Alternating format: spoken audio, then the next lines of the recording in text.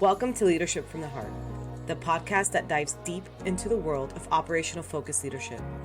I'm your host, Romy, and I'm thrilled to have you join us on the journey of discovery, growth, and transformation. In each episode, we'll explore the essential principles of effective leadership that not only drive results, but also touch the very core of the human connection. At Leadership from the Heart, we believe that leadership is more than just a title. It's a commitment to inspire, empower, and guide with authenticity and compassion.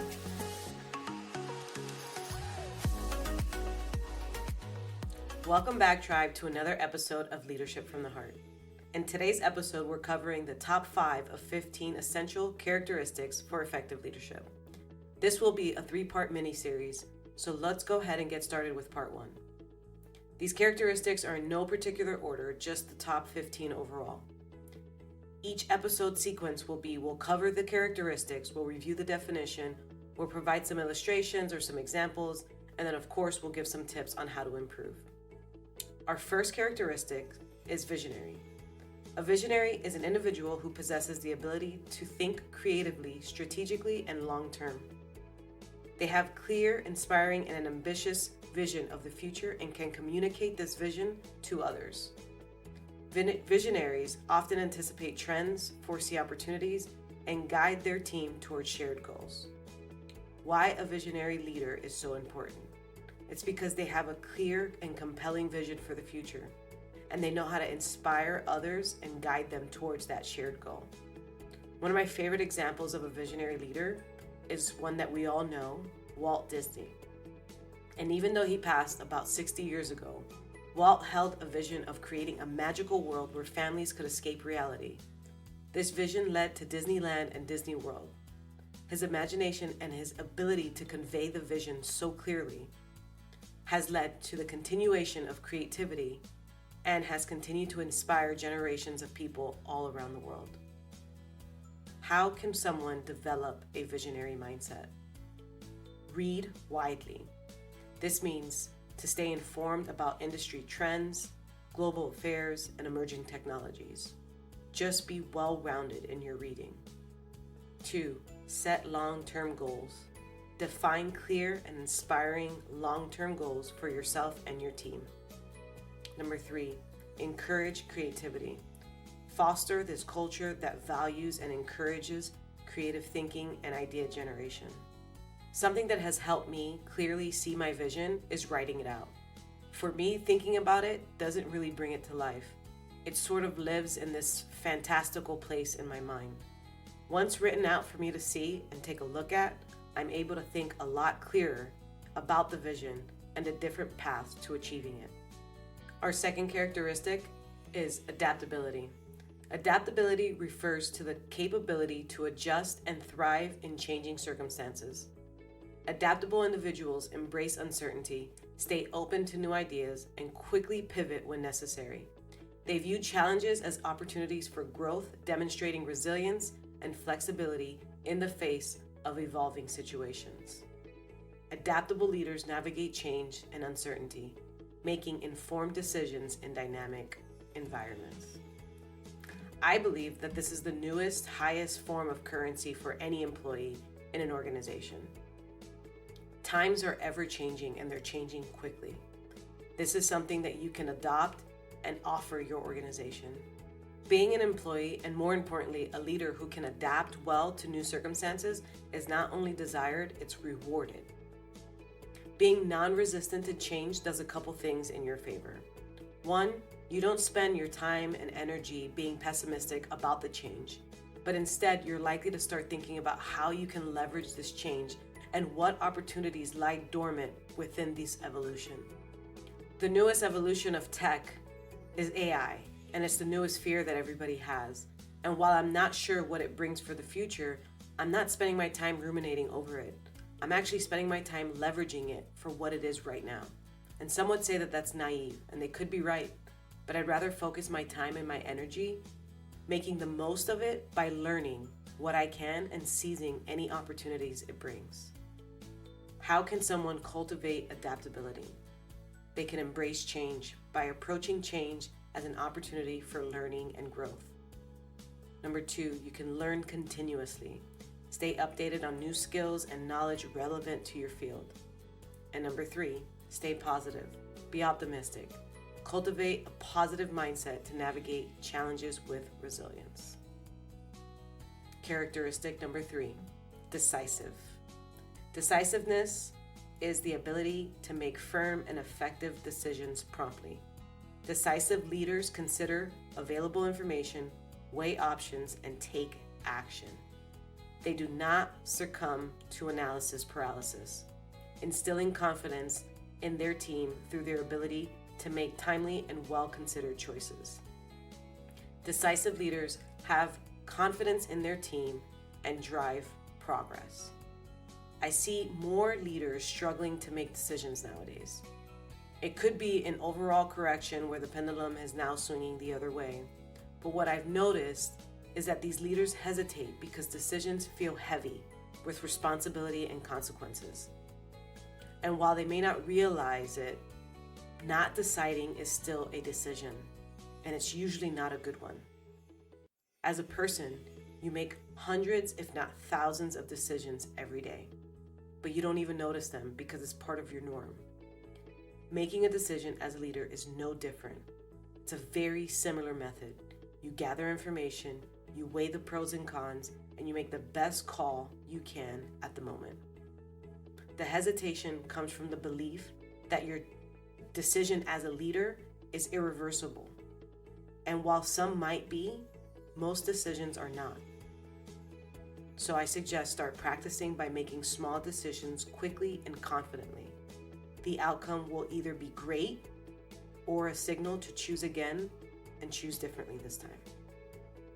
How can someone build decisiveness? 1, gather information. Collect all relevant information before making decisions. Number 2, set decision-making criteria. Define the criteria that aligns with you and your goals to guide your decision-making. And number 3, my favorite, trust your intuition.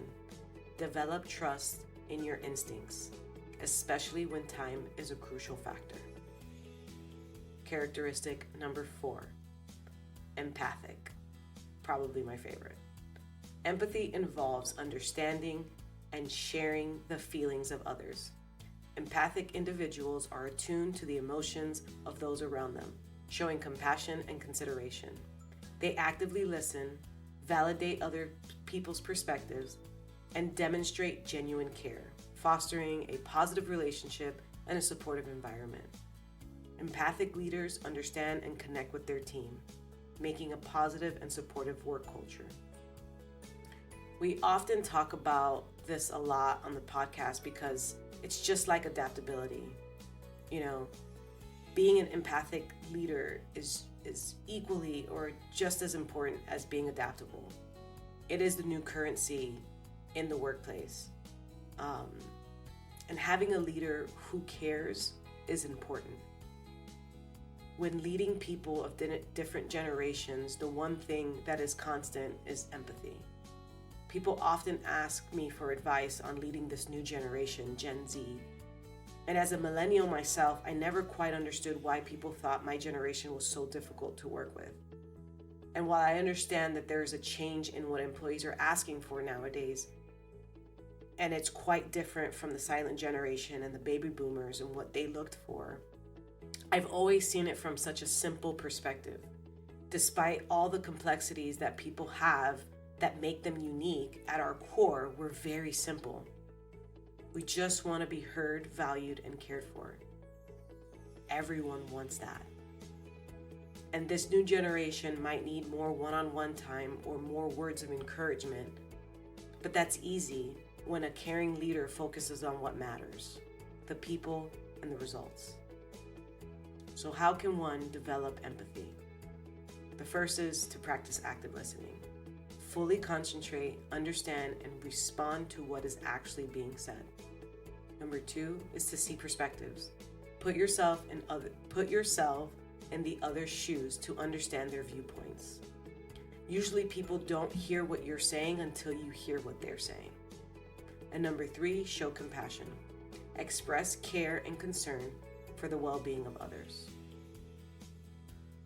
Characteristic number 5, effective communicator. Being an effective communicator involves conveying information clearly, concisely, and with impact. It includes both verbal and nonverbal communication skills. Effective communicators tailor their message to their audience, actively listening, using appropriate body language, and ensuring that their message is understood. They provide an environment where ideas are exchanged openly and understood by all. Clear communication ensures that the team understands the goals, expectations, and feedback. It helps provide a transparent and collaborative environment.